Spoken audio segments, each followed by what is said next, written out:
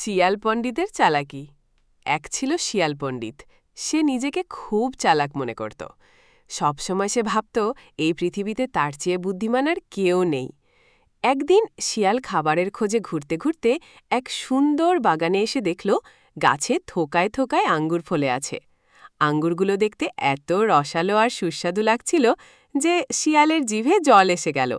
সে ভাবল, ইস, যদি এই আঙ্গুরগুলো খেতে পারতাম। কিন্তু আঙ্গুরগুলো ছিল অনেক উঁচুতে, শিয়ালের নাগালের বাইরে। শিয়াল অনেক চেষ্টা করল লাফিয়ে আঙ্গুর পাড়ার জন্য। সে একবার, দুবার নয়, বারবার লাফাতে লাগল, কিন্তু কিছুতেই সে আঙুর ছুঁতে পারল না। যতই চেষ্টা করে ততই ব্যর্থ হয়। বারবার ব্যর্থ হয়ে শিয়াল খুব রেগে গেল এবং মনে মনে বলল, আহা, আঙ্গুরগুলো নিশ্চয়ই টক। টক আঙ্গুর কে খাবে? এই কথা বলেই শিয়াল সেখান থেকে চলে গেল, যেন সে আঙ্গুরগুলো চাই না।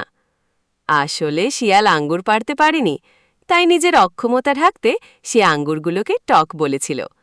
এই গল্পটি থেকে আমরা শিখি যে যখন আমরা কিছু অর্জন করতে পারি না, তখন প্রায়শই সেই জিনিসটিকে খারাপ বলে চালিয়ে দিই।